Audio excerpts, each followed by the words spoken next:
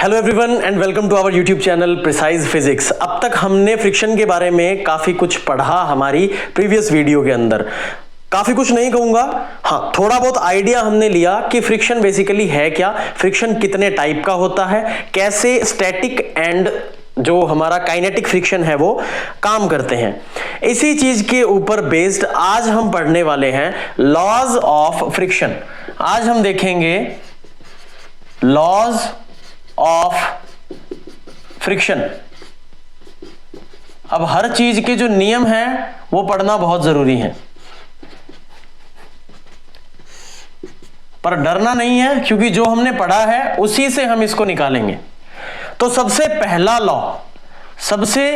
पहला लॉ जो है वो ये है कि ये फ्रिक्शन जो है वो हमेशा रिलेटिव मोशन को अपोज करता है। रिलेटिव मोशन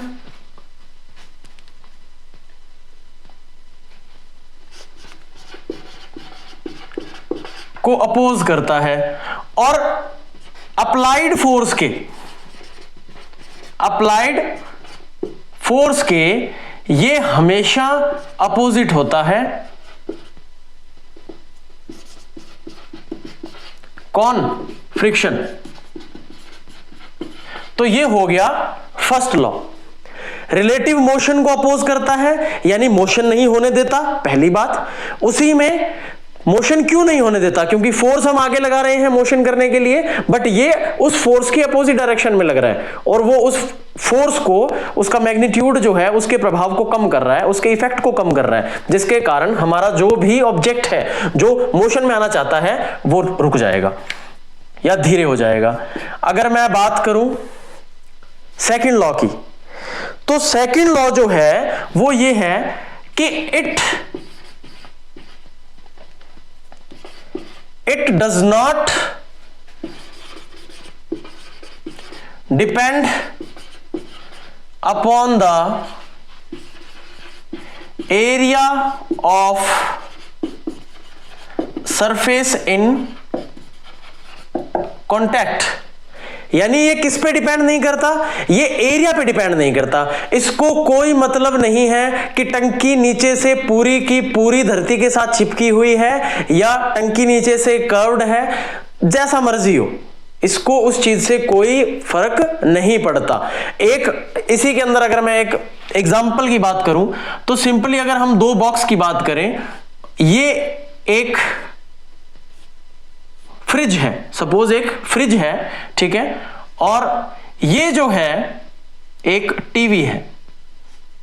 आजकल तो नहीं आते इस टाइप के टीवी, बट उल्टा बना दिया, चलो कोई बात नहीं। ये एक टीवी है, इसके जो नीचे का एरिया है वो कुछ ऐसा है, देखो ये इसका बेस है और इसका बेस कैसा है? ये इसका बेस है। अगर इन दोनों के ऊपर जो आर है यानी जो रिएक्शन फोर्स है वो सेम है, यानी कि दोनों के अंदर जो वेट है वो कैसा है? सेम है। तो यहां पे चाहे एरिया ऑफ कांटेक्ट ये स्क्वायर हो, चाहे ये ट्रेपीजियम जैसा कुछ हो या ट्रायंगुलर जैसा हो, या एरिया कम हो या ज्यादा हो, उससे कोई फर्क नहीं पड़ेगा क्योंकि ये एरिया ऑफ सरफेस पे डिपेंड करती ही नहीं है। किस पे डिपेंड करती है? ये करती है नेचर ऑफ सरफेस पे। नेचर ऑफ सरफेस कैसा है? खुरदुरा है, एकदम साफ है, घिसा हुआ है, लुब्रिकेंट अप्लाइड है, नहीं है, जो भी कंडीशन है, यानी उसका नेचर कैसा है उसके ऊपर डिपेंड करेगा हमारा फ्रिक्शन। तो ये दो पॉइंट जो है वो आपको अच्छे से समझ में आ जाने चाहिए। अगर हम बात करें थर्ड लॉ की, तो मैक्सिमम स्टैटिक फ्रिक्शन जिसे हम एफएस मैक्स कहते हैं वो डायरेक्टली प्रोपोर्शनल होता है आर के, या हम लिख सकते हैं FS max is equals to mu S R. इसी तरह इसको दोबारा बताने की जरूरत नहीं है क्योंकि इस चीज को हम बहुत अच्छे से डिस्कस कर चुके हैं और यही थर्ड लॉ भी है। फोर्थ लॉ की अगर मैं बात करूं तो एफ के यानी काइनेटिक फ्रिक्शन जो है it is also directly proportional to normal force. So इसको भी हम लिख सकते हैं F K is equals to mu K R. तो ये हो गया फोर्थ लॉ, और इसे भी बताने की जरूरत बिल्कुल भी नहीं है, क्योंकि जिन लोगों को ये नहीं मालूम वो जाके प्रीवियस वीडियो को चेकआउट कर सकते हैं, लिंक मिल जाएगा आपको डिस्क्रिप्शन के अंदर।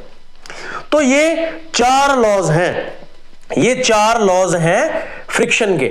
अगर आपको ये 4 लॉज आते हैं तो मोर देन इनफ है। फ्रिक्शन के बारे में इतना जानना बहुत है।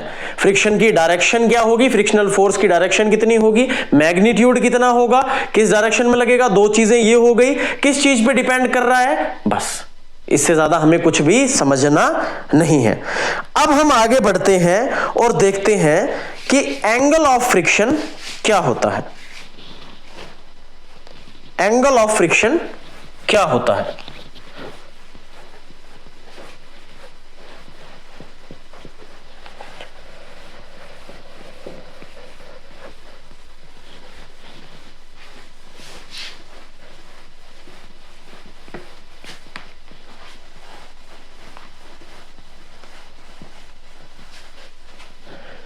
अगर हम एक ऑब्जेक्ट को अज्यूम करें, हमें देखना है एंगल ऑफ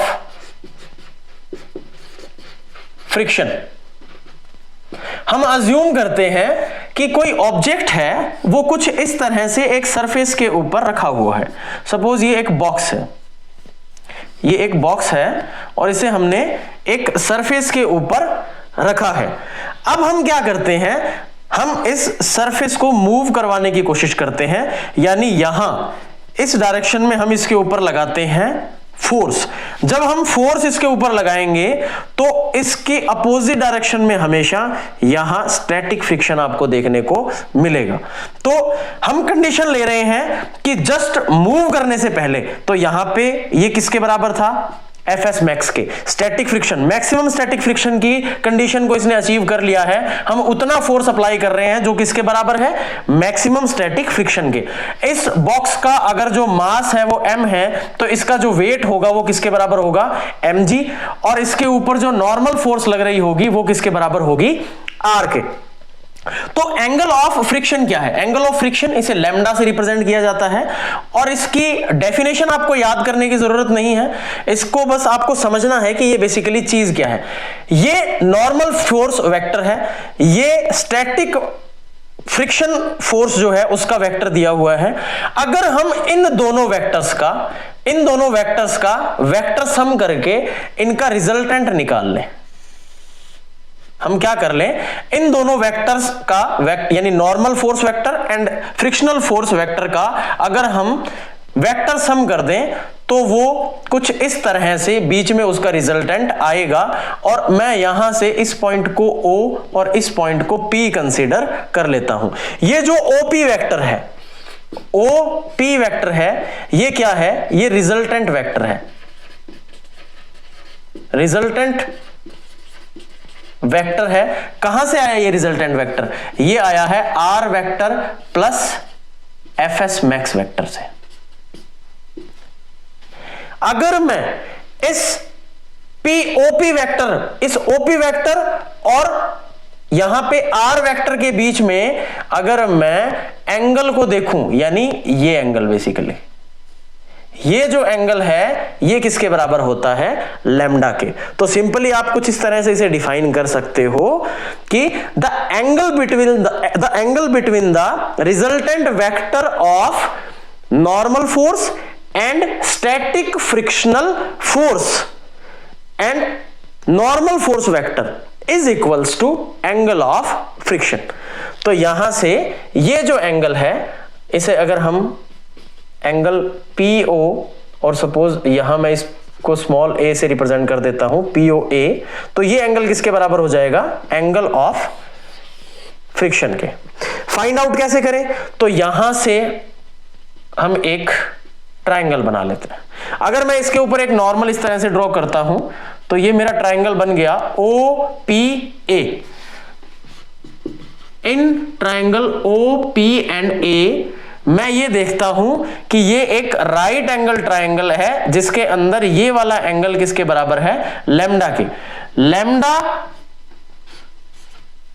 अगर मैं tan लैम्डा लूं, tan ऑफ लैम्डा अगर मैं यहां पे निकालता हूं तो वो बेसिकली किसके बराबर होगा, वो बराबर होगा एफएस मैक्स, यानी कि परपेंडिकुलर अपॉन में बेस यानी आर वेक्टर। तो वो किसके बराबर हो जाएगा, वो बराबर हो जाएगा एफएस मैक्स अपॉन में आर वेक्टर। तो यहां से एफ एक्स मैक्स जो है उसे लिखा जा सकता है म्यू एस आर एंड नीचे आ जाएगा R vector tan lambda. R से आर अगर कैंसल आउट हो जाए तो tan लैम्डा जो है वो बराबर हो जाता है म्यू एस के। यानी यहां से हम ये कंक्लूड कर सकते हैं कि tangent to the frictional force, tangent to the frictional force is basically equal to coefficient of static friction. इस चीज को थोड़ा सा ध्यान में रखना, आपको ज्यादा डेफिनेशंस रटने की जरूरत नहीं है, ना ही बहुत ज्यादा चीजें याद रखने की जरूरत है, बस कुछ बेसिक फॉर्मूले याद रखो, आप इजीली उनसे अपनी डेफिनेशंस बना सकते हो और एग्जाम में अपना काम हो जाएगा, बढ़िया हो जाएगा। ठीक है, तो यहां से the tangent to the frictional force is equals to coefficient of static friction, ये हम यहां से कंक्लूड कर देते हैं। तो कुछ ऐसा हम पढ़ते हैं एंगल ऑफ फ्रिक्शन में। तो एंगल ऑफ फ्रिक्शन होपफुली आपको समझ में आ गया होगा। अब हम पढ़ेंगे एंगल ऑफ रिस्पॉन्स।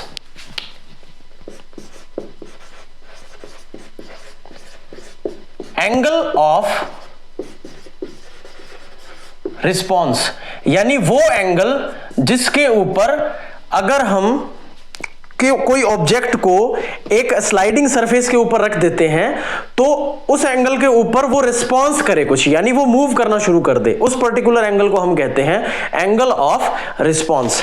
अगेन मैं ये एग्जांपल लेता हूं यहां से एक, सपोज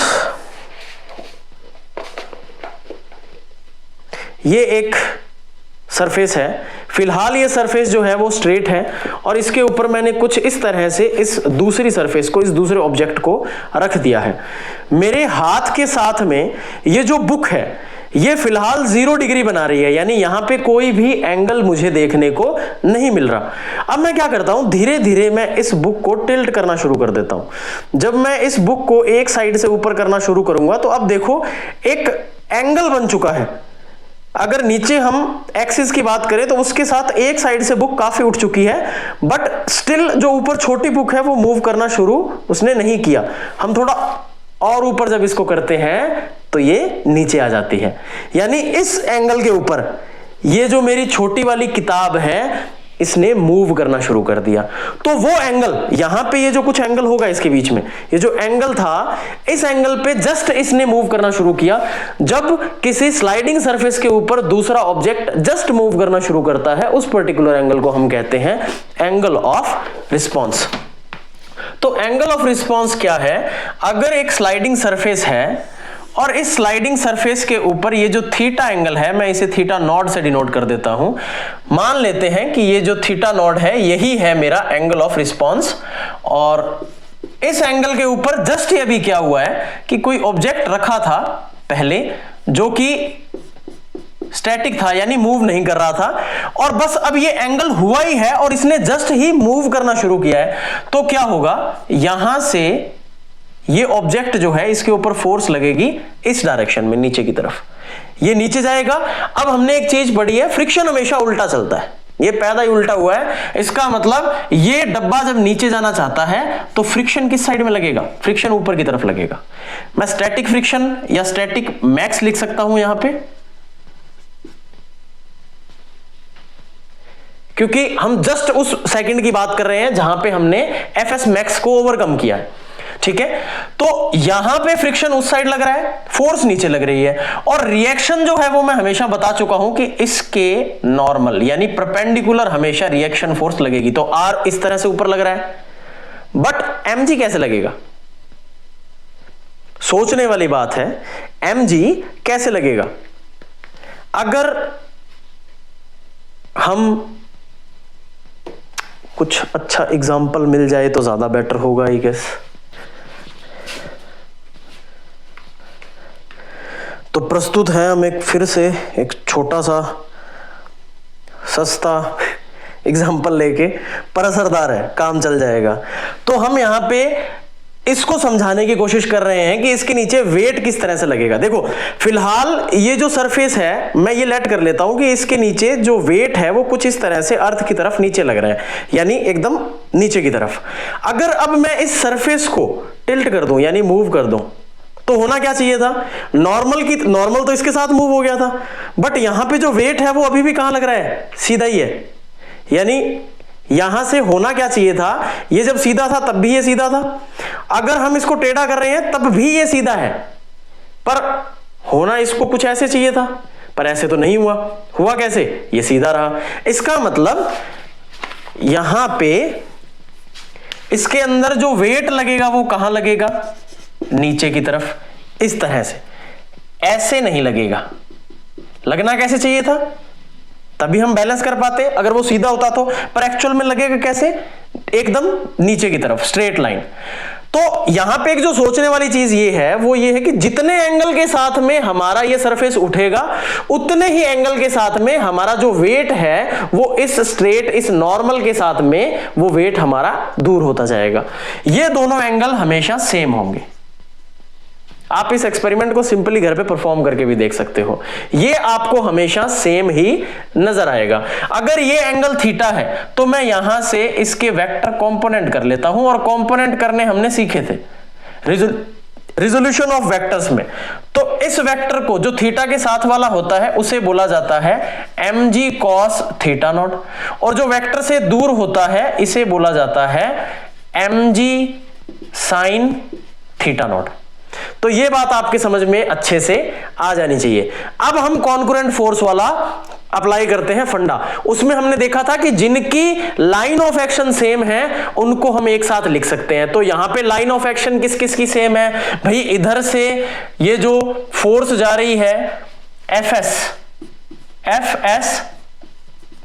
मैक्स, ये किसके बराबर है, ये बराबर है mg साइन थीटा के। किसके बराबर है ये, mg साइन थीटा नॉट के। और ऊपर कौन है, ऊपर है r, और r किसके बराबर जा रहा है, mg cos थीटा के। r किसके बराबर जा रहा है, mg cos थीटा नॉट के। अब यहां से इसकी एक और डेफिनेशन भी होती है, इसकी डेफिनेशन हम देख चुके हैं, ये बराबर होता है म्यू एस आर के। एफ एस मैक्स किसके बराबर होता है, म्यू एस इंटू आर। अब दो इक्वेशंस आ गई, पहली और दूसरी, इन दोनों को आपस में डिवाइड कर दो। म्यू एस आर अपॉन में आर बराबर हो गया M G sine theta naught divided by M G cos theta naught. M G से एम जी कैंसल, आर से आर कैंसल, तो म्यू एस किसके बराबर आ गया, tan theta naught. Sine theta upon cos theta कितना होता है, टेन थीटा। अब यहां से एक इंपॉर्टेंट चीज निकल के आएगी, हमने जस्ट इससे पहले एंगल ऑफ फ्रिक्शन देखा था जो किसके बराबर था, टेन लैम्डा किसके बराबर था, म्यू एस के। और अब हमने देखा कि टेन थीटा नॉट भी किसके बराबर है, म्यू एस के। तो इन दोनों से हम ये कंक्लूड कर सकते हैं कि टेन थीटा किसके बराबर हो जाएगा, टेन थीटा नॉट के, यानी थीटा जो है वो हमेशा बराबर होगा लैम्डा के। एंगल ऑफ रिस्पांस हमेशा एंगल ऑफ फ्रिक्शन के बराबर होता है। ये प्रूफ आपसे पूछा जा सकता है, तो आप कुछ इस तरह से इसे समझाएंगे। तो hopefully angle of response and friction angle जो है वो आपके अच्छे से समझ में आ गया होगा। अब होता क्या है इसमें, अगर इस एंगल से जो थीटा मैंने बनाया है वो थीटा अगर बड़ा हुआ, यानी केस लेता हूं, case first, if theta is greater than theta naught, तो क्या होगा, मेरा ऑब्जेक्ट जो है वो स्लाइड कर जाएगा, यानी मूव कर जाएगा। और इसी के अंदर अगर मैं केस सेकंड की बात करूं, if theta is less than theta naught, तो क्या होगा, मेरा जो ऑब्जेक्ट है वो चिपका रहेगा इस सरफेस के साथ, यानी रेस्ट पे रहेगा, मूव नहीं करेगा। तो ये स्टैटिक और काइनेटिक के बाद जो हमने फ्रिक्शन से रिलेटेड कुछ टॉपिक्स को कवर किया है, होपफुली आपके ये अच्छे से समझ में आ गए होंगे। अगर आपको वीडियोस पसंद आ रही है तो प्लीज इन्हें लाइक, शेयर, सब्सक्राइब करें हमारे चैनल को। Thank you very much.